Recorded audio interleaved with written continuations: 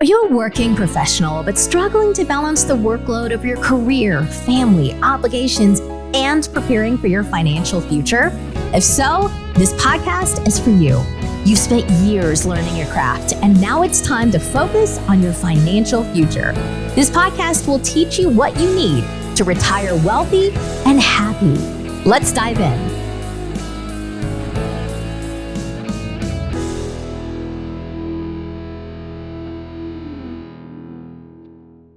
Welcome to the Retire Wealthy and Happy podcast. We created this podcast to provide financial tips and tricks to help you build up your passive income and also provide methods that you can use to protect your wealth so that you can plan a better future for yourself and your family. We're grateful to have this podcast sponsored by Monument Real Estate Capital. Monument Real Estate Capital, helping you retire 10 years early through real estate investments. Hello and welcome to the Retire Wealthy and Happy podcast. I'm Roger Jacobson, along with Anthony Esparzo. We're your hosts, and today we have our guest, Heidi McNulty. Welcome to the show, Heidi. Thank you. So glad to be here. We're excited to have you and hear your story and hear about your book today. Why don't you start off by introducing yourself a little bit and telling us a little bit about your history?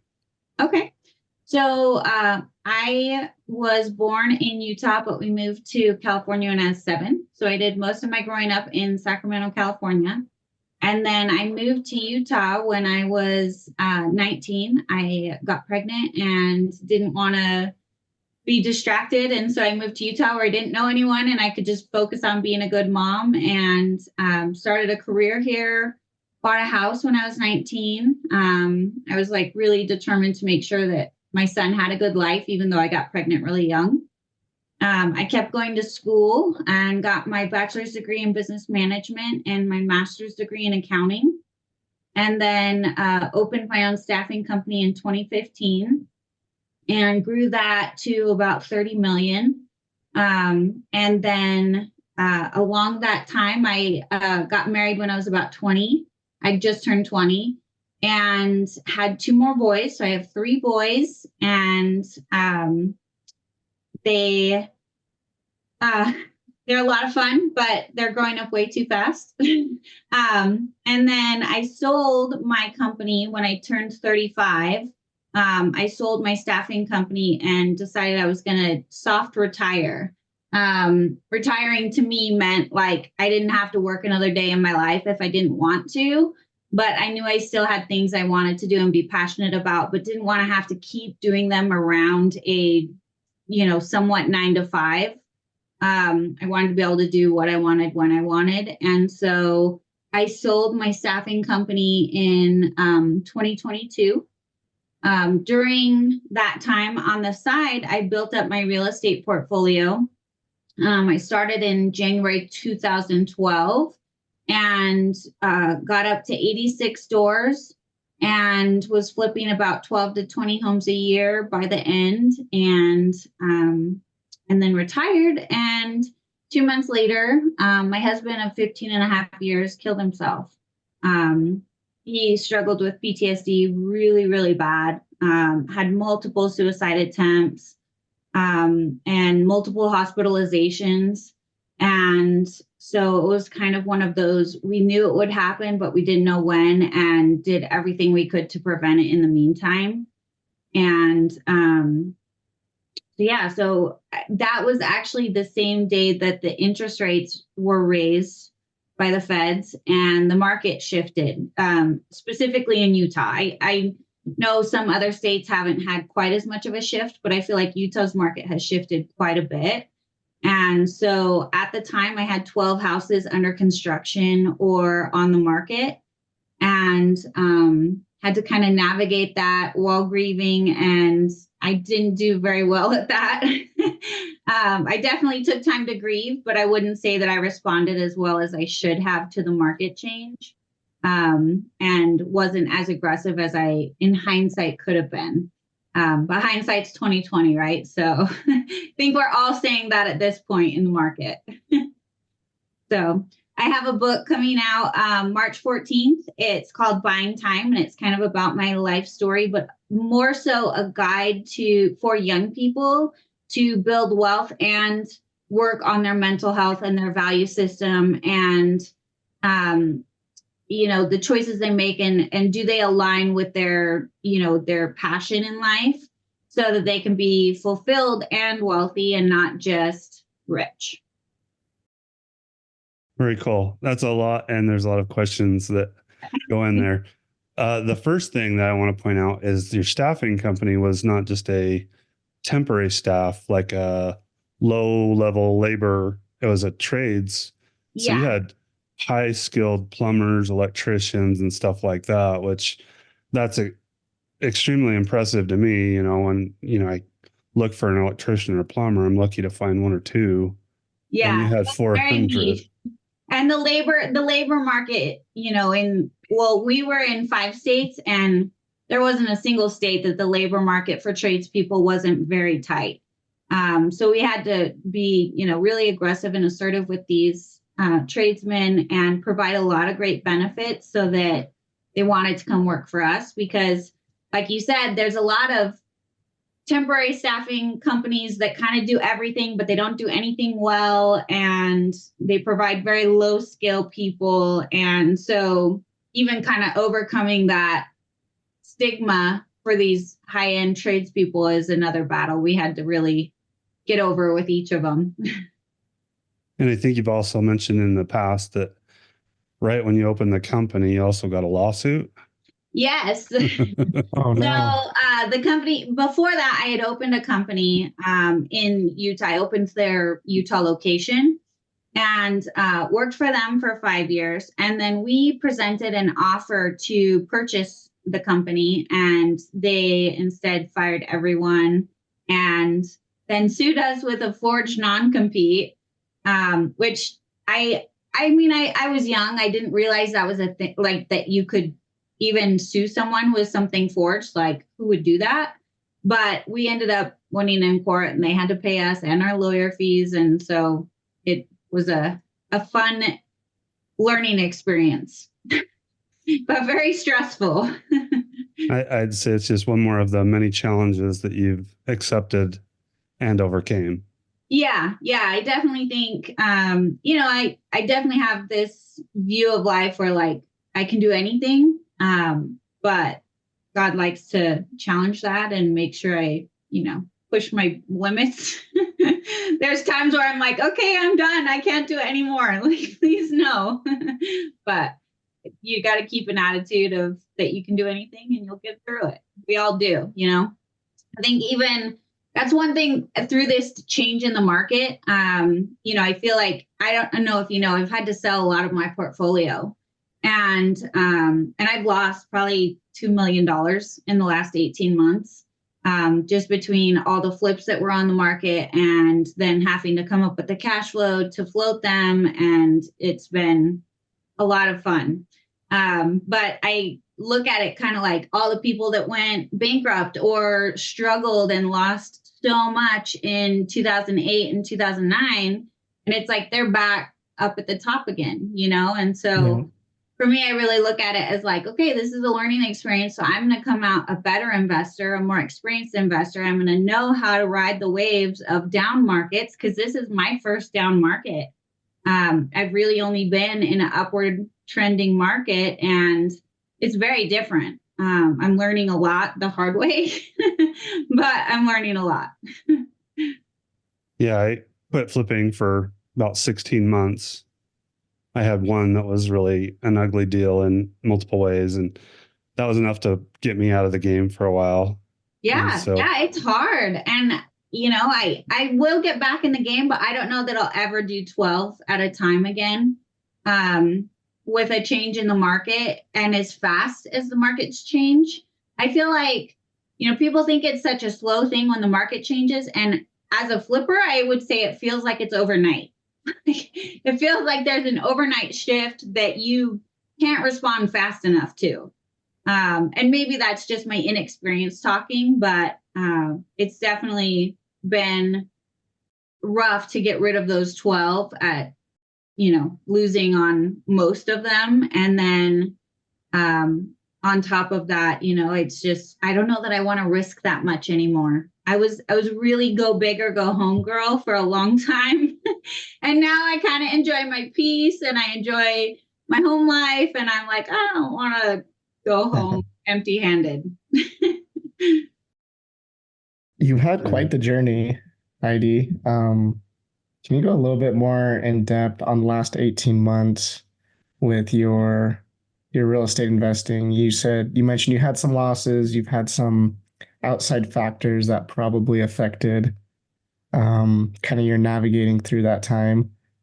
But go more in depth into what you've learned in this downtrending market and kind of your game plan for the next time it's a downtrending market. Yeah, so I definitely chase the market down. And as you know, on flips, and I'll go in a little deeper in case some of the listeners don't understand. When you buy flips, there's multiple ways to buy them. The way that I buy them is with hard money. So I buy the flip with someone else's money and they collect interest.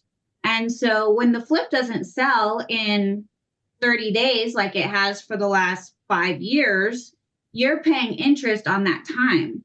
And so I had multiple flips go 12 months on the market that I was chasing the market price down instead of being aggressive and lowering the price enough that it, would just be a hot sale and get it gone. I chased the market down, which meant that I paid virtually 12 times more in hard money than I needed to. And I think that, I think part of that is working with a realtor that also hadn't been in a down market. But I think the other part of that was really pride on my part, like not wanting to sell it for that low and not wanting to sell it for that low. And no, it's worth this, and what it's worth and what it will sell for sometimes aren't the same. A prime example of that is I have a beautiful home in Pepperwood that we got appraised before we listed it so that we could have some backing as to our list price. And it appraised for 4.7, hasn't sold. We've got it down to 4.35 million and it's still on the market, but it's worth 4.7. So it's hard because it's like, as a flipper, what it's worth, and that's straight money out of your pocket. And so I think probably the biggest thing I learned is I've got to go down to what people are going to pay immediately instead of trying to stick with what I believe it's worth or even what it will appraise for, because I'm losing money by the month in holding on to these properties. 4.7 million is a pretty big flip. I personally like to be in the $500,000 area. See, I started in the $500,000 area, but I really was doing it more out of passion and fun. It was kind of my funny money, if you will. Like I had my full-time job, I had my company, I had my income from that. I never touched any of my real estate income. So all my flips were more for fun and to kind of scratch that itch. And the $500,000 homes, you really can't do much with them. Like it's the same cookie cutter flipper house, the same cabinets, the same carpet, the same everything. And it's wise to do it that way. And I definitely, built up some automation with that, but it's not fun. Like it doesn't turn out beautiful and like something that you can take a million pictures of and just be like, look at what I created. And so that's kind of why I decided to increase up to, the first year we were doing at the time they were like $300,000 to $400,000 homes. And then we worked our way up to like the 800 range, then to like the 1.2 and then over 2 for most of them. What has a better profit margin and what's easier, the $500,000 price range or once you get into the millions? I don't know that one's easier than the other. They have different challenges. In the starter homes, you're flipping them fast. They're 3-month projects between purchase price and sale date.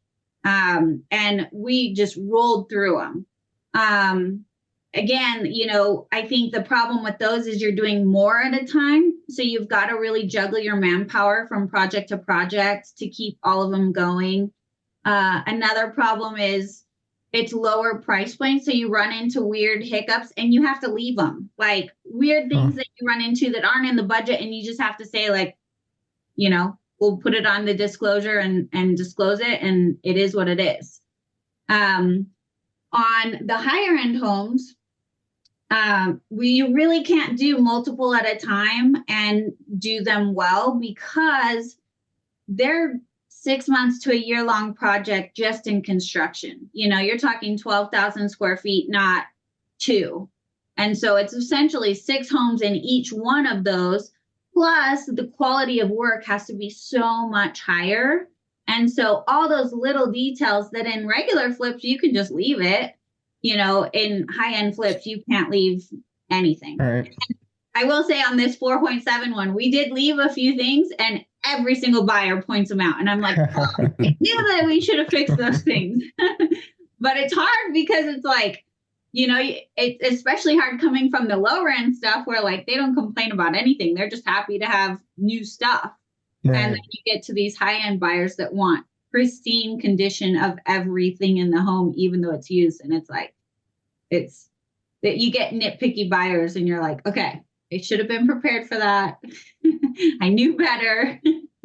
So it's just that I feel like they're 2 completely different ball games. One is very fast paced and juggle between multiple homes and get it done as quick as possible. Whereas the higher end is quality. It's slower because it's much, even paint, for example, paint in a entry level home is maybe 1-2 days, 3 max. Yeah. Higher level homes, it's 3-4 weeks of paint.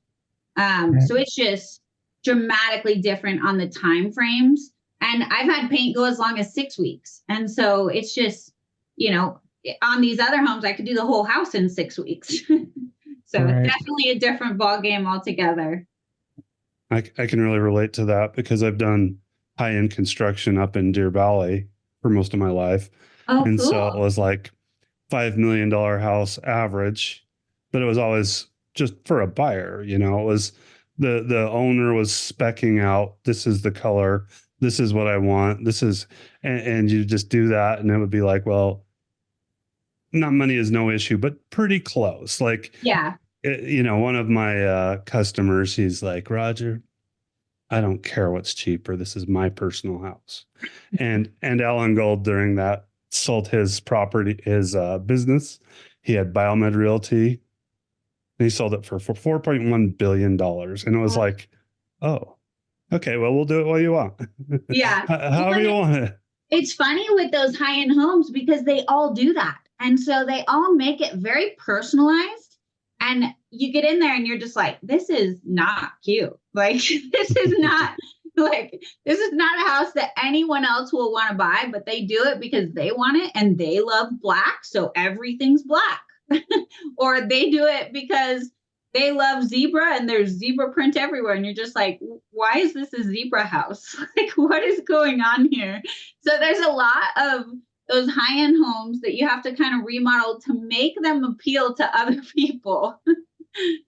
So. Exactly. We can do a very cookie cutter job on the lower end houses, and it's just same color. If I have paint left over, it's not extra paint. It's the next job's paint. It's the next job's paint. Yeah, for sure. And we totally did that. We would buy things in bulk. We'd buy tile, by the pallet at Home Depot and get way good deals on pallets of tile. But, again, like, it's just not a challenge. It has challenges, but it's not a challenge as far as design and some of the things that we enjoy a little bit more. On this large one, we did hire a designer because we're really good at designing houses when we're redoing the whole thing. But on this one, we were only doing some of it. And to figure out how to fit some of these designs in with new colors, new ideas was over my head. So we hired a really good designer. I don't know if you know her, Eleanor Ramirez. Yeah, I do know of her. Yeah, she's awesome. She did a great job, and she did awesome at blending in the stuff that we left with the new stuff. And it turned out really good. Cool. You said you had 86 doors, and Have you sold those, or do you still have? So I sold a few so far. And then I actually am just listing 2 of my apartment complexes. One of them is 35 doors and the other one is 19 doors. One's in Idaho and one's in Fillmore. And they both do really well, but I am just at a point where I need to offload some things and kind of scale back a little. And so getting rid of those big dogs that still, especially the Fillmore, still requires a little more of my attention, because half of it is, well, not half, 11 units are motel units that are rented out weekly. And then the rest of them are apartments. So it's managed by 2 different property managers. We have to have an on-site. We also have to have a maintenance guy on site. And so it's just kind of probably more up your alley than mine.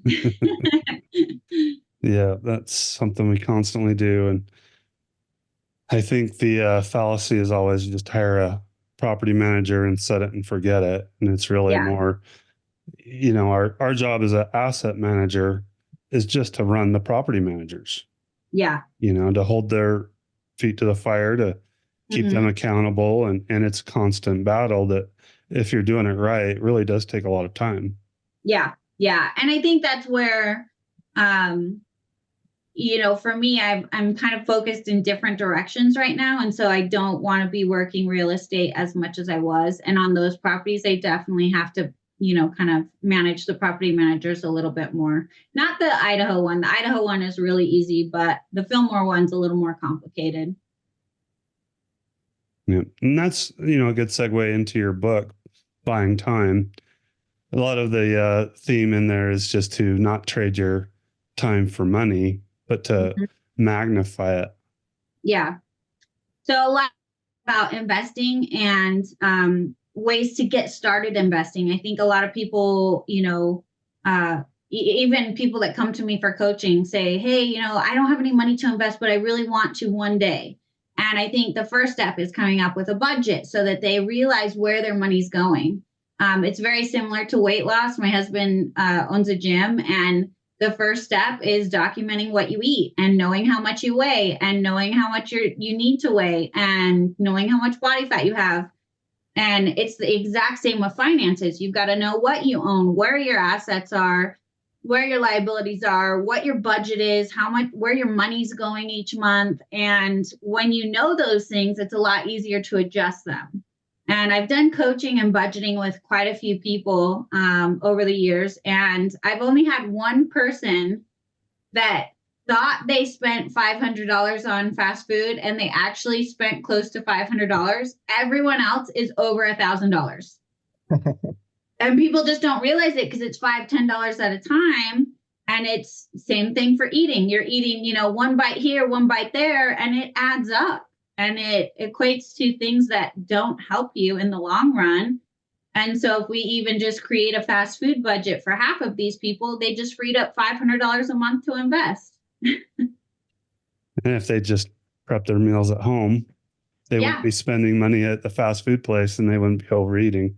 Yeah. And they wouldn't have to, spend money on a nutritionist or a physical trainer because they wouldn't be overweight either. So it all kind of plays into each other, but it really just comes down to that discipline. So I think the first couple principles in the book is about discipline and setting goals and setting and analyzing it so that you understand where you're at.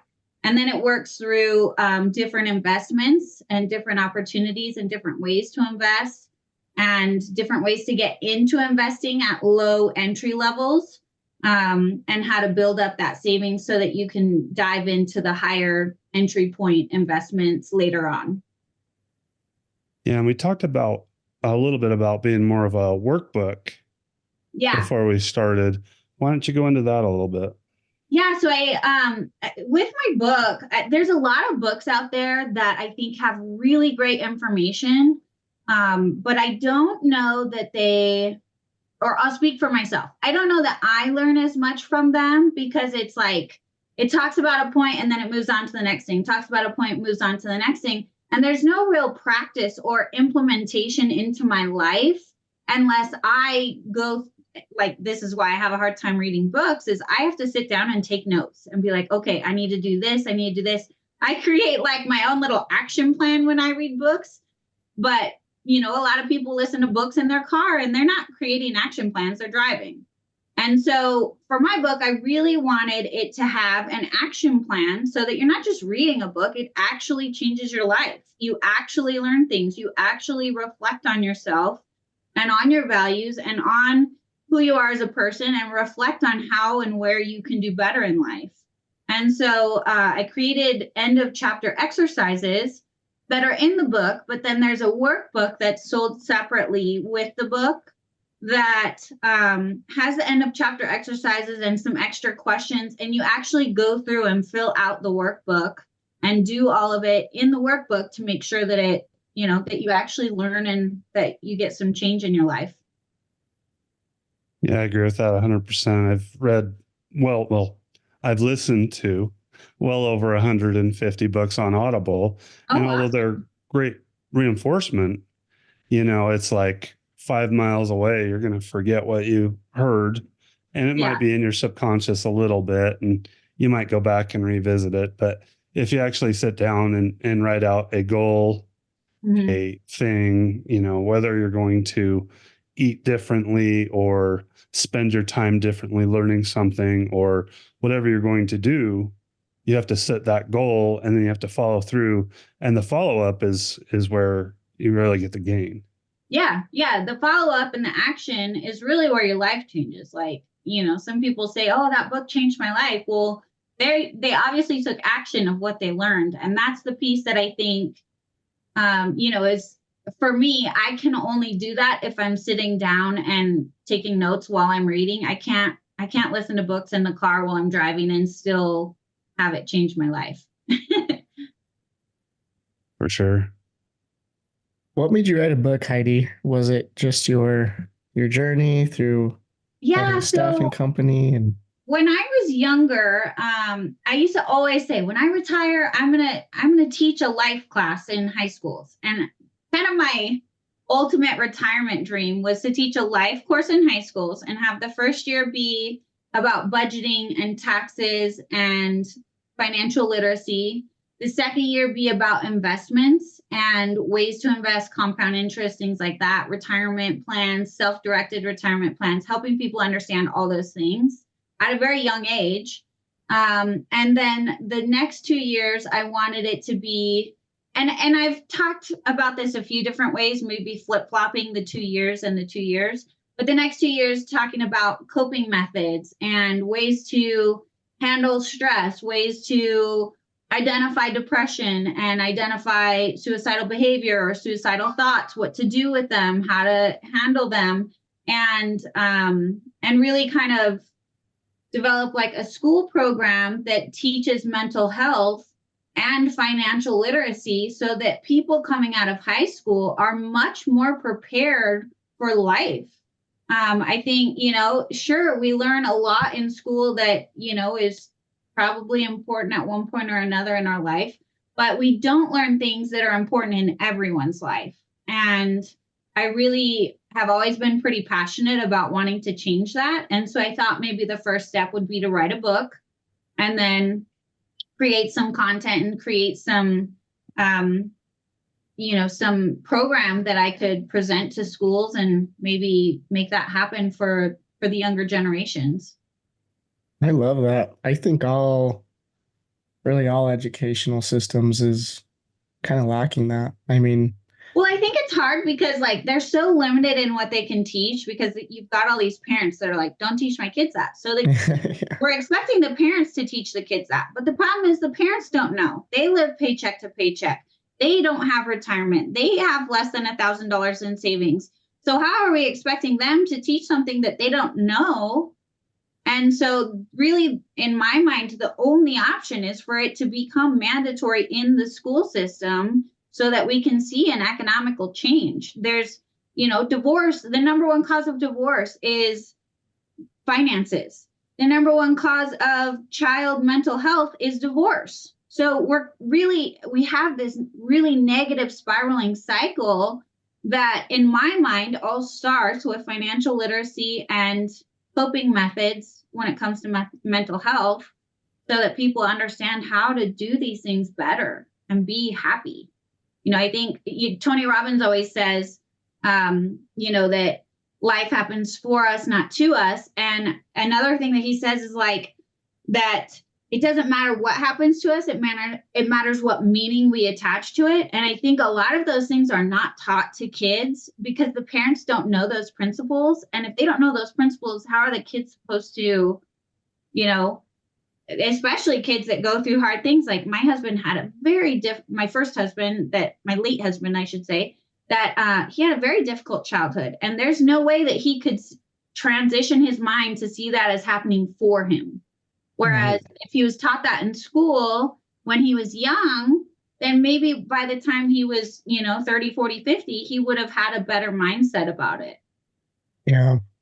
Kind of the same repeating pattern. It's like the educational systems are, in my opinion too, I think they're kind of broken in a way. Like all these kids graduate high school and they don't know what taxes are, and 100%. they don't know how to navigate a map. Everyone has to pay taxes. I don't know why there's not an entire course in high school about taxes. Yeah.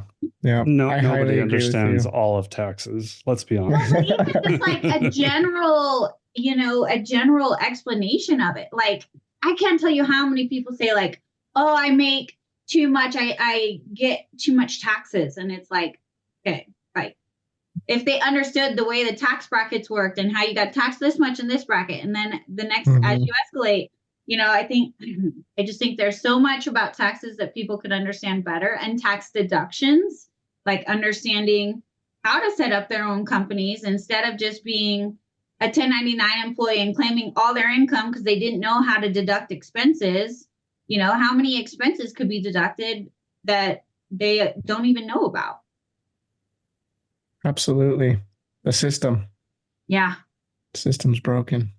Yeah. And they, I think, yeah, I'll get off my tangent. I could talk about it all day too. I know. Me too. I think there's a lot of change that I believe would happen in today's society and in politics and in general, even in the gap between the wealthy and the middle lower class, that I think would be fixed by a financial literacy class in high school and some mental health training in high school. Like, I would love nothing more than for all high school students to go to UPW, Tony Robbins UPW.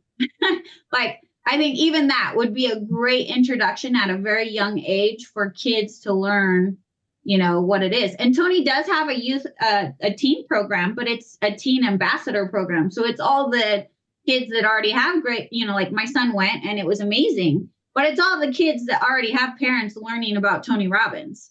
Like, they're already a little bit, in my opinion, better off because their parents are somewhat aware of finances and personal development. And we need that to be accessible to everyone, not just the kids whose parents are into that. For sure. Yeah. Let's talk. You said something, ways of managing stress. What are your top 3 stress management skills? So my number one, if I'm really upset, I will always go walk or run on the treadmill or work out. Getting those endorphins going in my body helps me handle it in a more positive way, in addition to giving me some time to process it and be able to communicate better and not communicate, out of anger or frustration. I can take some time back and step back, own my part of it, figure out what part I'm in control of, what part I need to adjust, and come to the conversation better. Another way that I handle stress is really by digging in. I think a lot of people get stressed about finances, for example, but then they just keep not doing a budget and keep, just trying to spend less, but they're still stressed. They still don't know where their money's going. If I'm stressed about a project or finances or anything like that, I sit down and create a budget and understand the numbers so that I have control of where things are going instead of just not knowing and not taking control. So for me, like, or let's say it's, a personal thing that I'm stressed about, I'll sit down and create like a list of, okay, I can control this. I can control this. I can control this. I could do this different. I could do this better. I could adjust here, so that I can really kind of approach things from a place of like, this is happening for me and I'm in control, not to me and I have zero control. Right. As a third one, this is probably an unhealthy answer, but I'm going to say it anyways because it's true. I'll get myself an iced coffee or a Diet Dr. Pepper and just take a break and do something that I enjoy, which for me is iced coffee and Diet Dr. Pepper. Yeah, tell us about your Starbucks addiction. I actually today, oh no, I did go today. Yesterday I did go to Starbucks. I have gone to Starbucks every day with like the exception of maybe 2 weeks in the last 17 years. And if I'm on vacation, like if I'm out of the country, a lot of times they don't have Starbucks, but I don't know. It's just part of my routine. It makes me happy. And I'm trying to stop again for the umpteenth time. But I didn't go yesterday, but I went today. So we'll see. But I told you today I was really dragging butt. Like I could not get up. I go many mornings as well. Yeah. I need my cold brew. It's in my budget, okay? Like everyone's like, is that in your budget? I'm like, yes, that is a very large line item in my budget. Like it makes me happy. You guys all have entertainment and concerts and alcohol and all this other stuff. I have Starbucks, okay? Everybody's got getting out for it really cheap, really. Yeah. Nice. Saw your wedding pictures on Facebook. Yeah. Why don't you tell us about where you got married and some of that stuff? Yeah. So well, when my husband passed away, at first I was like, I'm not dating until my kids are out of the house. I'm just going to focus on my kids. And as I took time to heal, we were all going to counseling. We were all working through our own issues with the situation and life in general. And I eventually got to a point where I felt like, you know what, like, I think I could date and I'll just date while the kids are at school. So I'm not taking time away from them and go on like lunch dates. And then I met Rob and sorry, backtrack. I also said I wasn't going to introduce anyone to my kids until I dated them for 6 months. So I was like, I'm not going to just like, be that mom that's like bringing randos home all the time. And so I dated around for a minute and just like random dates and didn't introduce my kids to anyone. And then I met Rob and within a week, I was like, I think you should meet my kids. Like, because for me, it was like, I really liked this guy. And I was like, if he's not good with my kids, I need to know now because like, that's going to be a big deal. And he was amazing with my kids and he does a lot of youth mentorship. He does a lot of suicide prevention, addiction recovery. He owns a fitness gym. So he's very, very good with youth. Youth has been his main focus for the last 14 years. And so he was great with my kids and we got engaged in 5 weeks. I knew in 3 weeks, but he waited 2 weeks because my late husband's birthday was in the middle and he didn't want to, he actually planned it on that day and didn't know it was his birthday.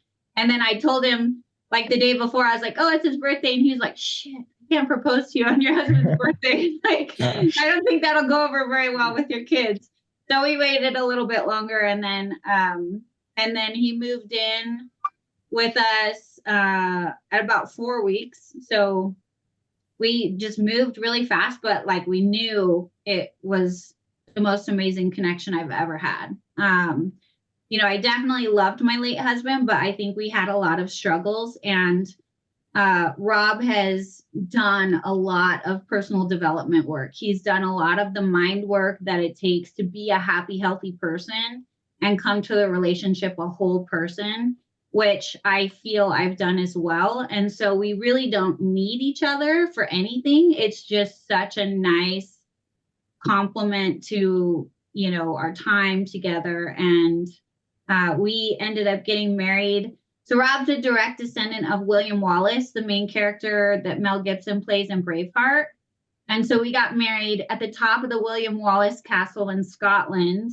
And just him and I and our siblings and parents. And I should say moms. His dad passed away and my dad wasn't able to make it. But no kids. And then we just did it on Instagram Live so our kids could watch. Wow. That's really cool. Spectacular. It was so At the beautiful. top of a castle? Yeah, well, and like they call it the crown. So the top of the castle, of this castle, I should say, is open. So there's the pillars that go up in the corner and then it's open. So you could see the clouds like coming through because you're so high up. And it rained a little when we went up at first. And so the ground was really glossy and reflective. It was so cool. I think a lot of people might have been like disappointed if it rained on their wedding day, but it made ours so much cooler. That's awesome. That's unforgettable. Yeah. Actually, I have another funny story about that too. So we get there and we're like, hey, we're here for the wedding. And they're like, what wedding? And I'm like, I've been emailing you. Like, I hadn't paid because they hadn't sent me the thing to pay yet. So I was just planning on paying when we got there. Well, it turns out that 9/10/23 in the US is October 9th. They do the dates backwards from us. So they had us booked for October 9th, not September 10th. And they're like, no, like we don't have anyone like scheduled to work. Like we were like, okay. And me and Rob looked at each other like, we'll just go get married in the middle of a field. Like, I don't care. And she was like, hold on. And so she charged us only half because she was like, we can't stay as long as you had booked, but I didn't really need that anyway. So she's like, I'm only going to charge you half and we'll stay late for you. So all the workers of this castle just stayed late for us on a whim. Like they were so nice and so like willing to help. It was awesome. That's super cool. Yeah, I feel like that would never have happened in the US. People would have been like, no, I'm off. I got to go home. They were just yeah, I'll reschedule my plans tonight. I'll stay for you. Awesome. That's pretty special. Yeah, it was amazing. They were so nice. That's awesome. We've got a lot of good information and good stories from you so far. So is there anything else we should mention before we jump into the final four? The only other thing I'll say, I'm going to shamelessly pitch my book. It comes out March 14th. I think it'll be great for anyone, especially people, I would say like 15 to 25. It still would be a great book for anyone that's older than that wants to get into investing or wants to be financially free. I think the process is just a little bit harder because by then you usually have a mortgage and you usually have some expenses that aren't quite as negotiable. But I think it really will help a lot of people. And that's my main goal. I just want to help people have happier, healthier lives and financially free lives at a younger age. You know, kind of like the name of your podcast, like retire wealthy, and happy. I want people to retire wealthy and happy and young. I want them to have time to enjoy retirement and not just, work their life away on this rat race and then be too old to travel by the time they retire. Where will people be able to find your book? The book will be on Amazon and it's called Buying Time by Heidi McNulty. And it will be available for purchase on March 14th. Awesome. I've read a lot of it and I highly recommend it. So awesome. Thank you. Anthony, why don't you get us into the final four? Are you ready for the final four? I'm ready. So final four, question number one, what brings you happiness? What brings me happiness? So that answer years ago was very different than my answer today. Years ago, it used to be money. I was very money motivated. I was determined to be a millionaire and I grinded. Today, what brings me happiness is time with my family. Through my husband's loss, I really learned that you don't get that time back. And it doesn't matter how much money you have. You can be doing, literally, we have the most fun doing charades on our phone. It's completely free. And we just play charades as a family. And it's so funny and silly watching the kids act out different things. And so it's just like, now I don't need money and luxury to have fun. It's still nice to have financial freedom, but time with my family, time with my kids and my husband is 100% the main thing that brings me joy now. I love it. Question number 2. What is your favorite book? And you can't choose your own. Yeah, no, I won't choose my own. That's kind of vain. Your second favorite book. We'll put it my like favorite book, 2. So one is my husband's book. It's called Warrior in the Garden. And I really love his book because I'm not a good reader, but his book is a page turner. I could not put it down. And it's so good about teaching people, but especially youth, how to do hard things up front so that you have an easy life instead of taking the easy route and ending up with a hard life. He had a really hard life, much, because he made bad decisions and really learned the hard way. And so the book goes through all of that. My other favorite book on a financial topic is, cliche, Rich Dad, Poor Dad. I've listened to it a million times. I have a million notes on it. And every time I read it, I'm at a different point in my life. And so I catch different things from it and write down different goals and action items from it. So I love that book. Nice. Question number 3. What is your favorite way to give back? My favorite way to give back is also kind of changed over the years. I used to do a lot of like nice things for my employees. Like if they got a flat tire on the way to work, I'd, go buy them a tire at lunch, stuff like that. But probably the one that's most consistent and very tradition is on Christmas Eve. We always go feed the homeless as a family. Sometimes we invite a lot of people and it turns out to be like a big thing. And other times it's just us and we just go hand out donuts and coffee and feed the homeless. This last year, Rob's family came with us and we set up, tables and had coats and donations and blankets and all kinds of stuff and just kind of trying to help them have a good Christmas. And then I think it really helps my kids see, I'm not big on Christmas gifts. And so I like that it helps my kids see like, wow, we could have it so much worse and just be really grateful for what they have instead of, kind of getting the entitlement thing that kids get these days where they're like, well, I didn't get this present and I only got this. Like, I don't want that for my kids at all. I like that. Question number 4. What does your future retirement look like? And or do you have a future retirement? So technically I'm kind of retired. I don't really have like a set job. I still do a little bit of real estate. And still manage my portfolio. But I think for me, even that's changed. Like for so long, I just wanted to be a stay-at-home grandma. My mom was a stay-at-home grandma and she's a stay-at-home mom too.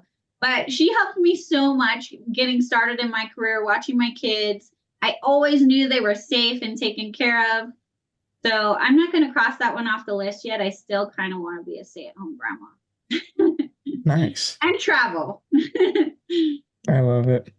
Heidi, it was great getting to know you. Hopefully we can have you back on the show. Yeah. Sometime in the future. And everybody make sure to go get a copy of Heidi's new book on March 14th. Buy Back Your Time? Buying time. Buying Time. Sorry. Buying Time, March 14th. Awesome. Where's the best place for people to find you on social? On social media, I'm just Heidi McNulty on Instagram and then Facebook, Heidi McNulty. I'm on LinkedIn and some others as well, but Instagram and Facebook are the main ones that I follow regularly. Awesome. Thanks so much for joining the show. We'll see you next time on Retire Wealthy and Happy. Awesome. Thank you. Hope you got value from this episode. And if you have a minute, then take the time to leave an honest written review for the podcast, because we take those reviews seriously and it'll help us serve you better on the next episodes. And most importantly, be sure to start taking action so you can control your financial future today.